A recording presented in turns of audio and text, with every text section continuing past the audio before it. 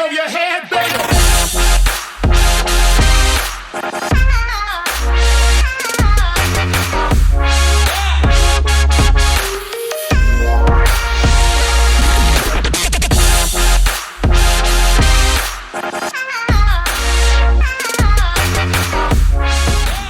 Hello everybody, we are back again with another video. This time we are obviously doing it from home. For those of you that follow me, follow what I'm doing, Ptyas carinatus, it's one of my top projects. I feel like a broken record. I'm always, saying the name and throwing it out there, but it's one of my top species that I'm trying to get bred, and I've put a lot of work and time and money. It's been taken a very long time to get those animals here into my collection. So I have written an article. It's been a work in progress, but I did finally kind of bring it to an end, and I finished it up. And the best way for me to release it is going to be on my website as a species profile. So it is posted on dmexotics.com. So for anybody that's curious about it, curious about the backstory, it's been many years, lots of adventures and whatnot, but it is there for the world to see. So, I've put a few animals out there in the public's hands, and a couple others have come by other people's means and whatnot. But I'm hearing a lot of stuff, a lot of half-truths and untruths that are being spread by people that I feel just don't know the backstory, and they're just basing all of their information on one or two animals in their collection. So what I'd like to do is dispel some of those facts that are being spread, supposedly, and I'm going to pull out every one of my Ptyas. I say it all the time to people at expos and stuff. I'm a busy dude. I don't have time to handle all these animals. I don't work on taming things down. They are just here getting fed and clean and watered. I'm trying to breed this stuff. So that's my main goal. So the more I interact with animals, I feel like I'm detracting from the breeding aspect because I'm not allowing those animals to be natural. So these animals are almost, for the most part, in their wild state. So I don't pull them out that often. Today I'm going to pull out every single one, and I want to show you how they act.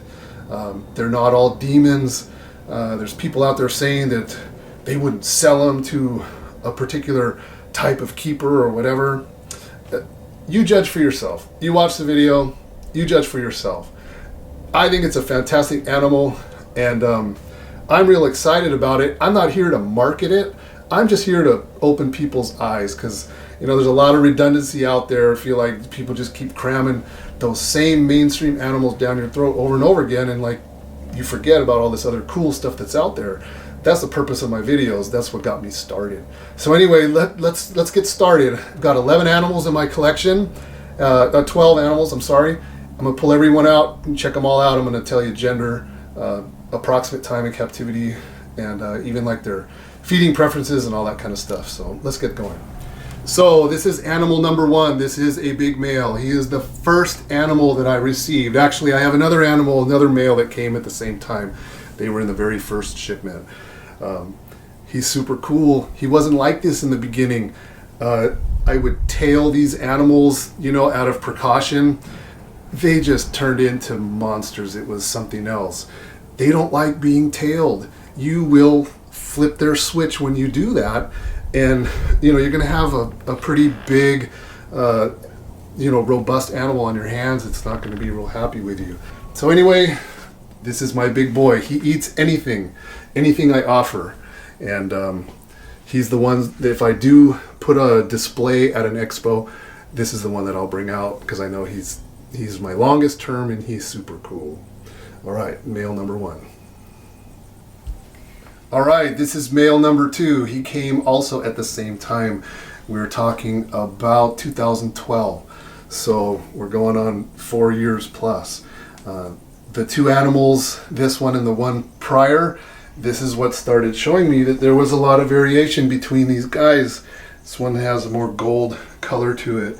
He came in with a war wound. It was already healed when I got him, but something took a bite out of him, but it's he's been breeding for me. It doesn't affect him in any way. And so anyway, this is male number 2. Here we have another male. This is one of the ones that I call like a bicolor, very, very gold tail. This guy is an all-star breeder. I have not bred these yet, but this animal breeds right in front of me. He is not bashful about it at all.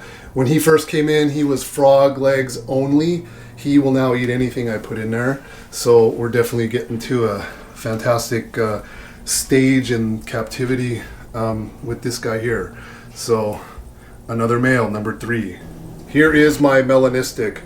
I think this is the second time I've taken him out, but he's been in here and he's been around me for a while, and I don't think he really feels that threatened by me. He's a little nervous by being handled. It's definitely not something that I do very often, but he's pretty big and he's melanistic, which is really cool. He hasn't been here that long, not as long as the other guys, and this is a male. So male melanistic. All right, let's go. Move on. This is my biggest male. He's big, sometimes a little scary. I don't take him out that often. This is probably going to be maybe the 4th time I've pulled him out. He is getting big and thick. One of my favorites. Now, if I tail this guy, that's gonna flip his switch, and he will swing around and start taking face shots. But if I handle him like this, chances are things are gonna be pretty good. But he is big. He is a beast.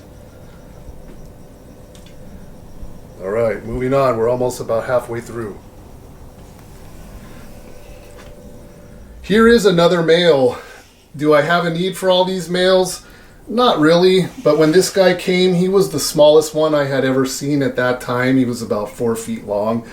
I didn't want to call him a baby, but he was the smallest that I had seen, and I thought he was pretty cool.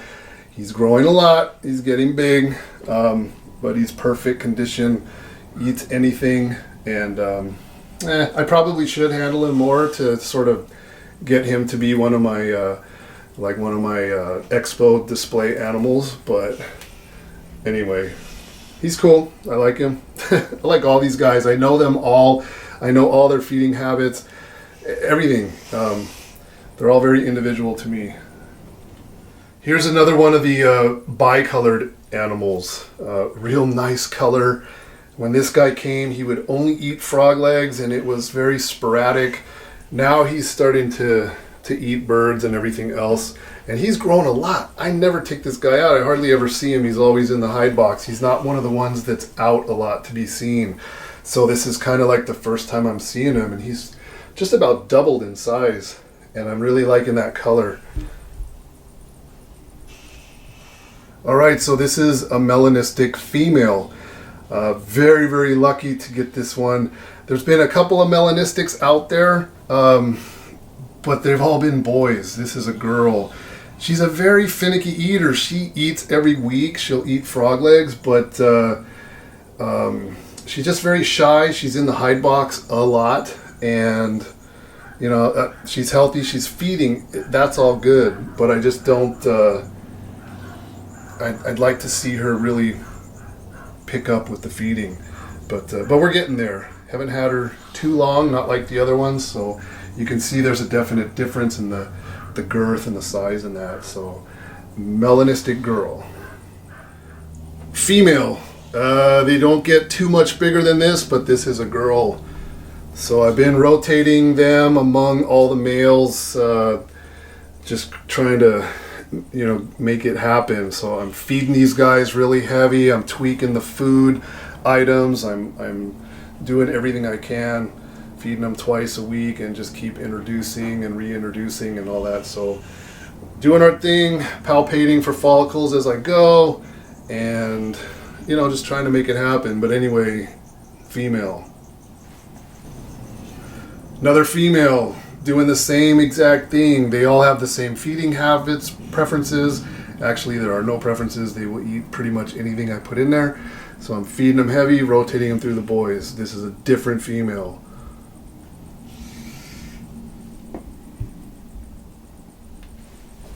Good. And another female. So I got the melanistic female and 3 girls that look nearly identical. I'm going to say they're full grown. They're all about the same size. I've never seen any big girls.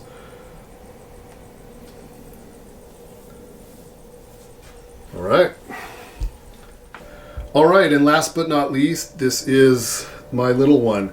I got this one last year. It was way smaller than this. It was a baby. This one's from Malaysia. All these other ones that I got, they're all from Indonesia. This is my cover photo on Facebook, if you follow me on Facebook at all. But it's growing awesome. You know, I had to start with house geckos and then mice scented with house geckos. And now this animal will eat day-old chicks, mice, rats, whatever I put in there, this animal will eat it. So we are well on the way. Really pretty, very nice, light colored. The ones from Malaysia look a lot different. So anyway, that is it. Ptyas carinatus. Are they demons? I don't know. You decide. I just pulled out every single one that I have. Not one took a shot at me, but I didn't tail them. I handle them. I hold them. Keep a grab on them. And I just do my thing, you know, and I don't hold them that much. I want to breed them, so I'm leaving them alone, letting them just do their thing, feeding them and everything else. So anyway, that's Ptyas carinatus. Check out my article, check out the backstory. It's pretty interesting. I think it is. It's been a lot of years, a lot of adventures, a lot of misadventures, and it's still ongoing. So I haven't bred them yet. I've gotten infertile eggs. I've learned a lot about them. I've shared everything I know in that article. Hopefully I can add to the article, hopefully this year, get some eggs, get some babies, and bring the whole thing full circle. So anyway, Greater Keeled Rat snakes. If you don't know what they are, watch my videos and follow me. And you'll definitely know what they are, because they're my favorite. So, all right, thanks for watching. See you again later. Take care.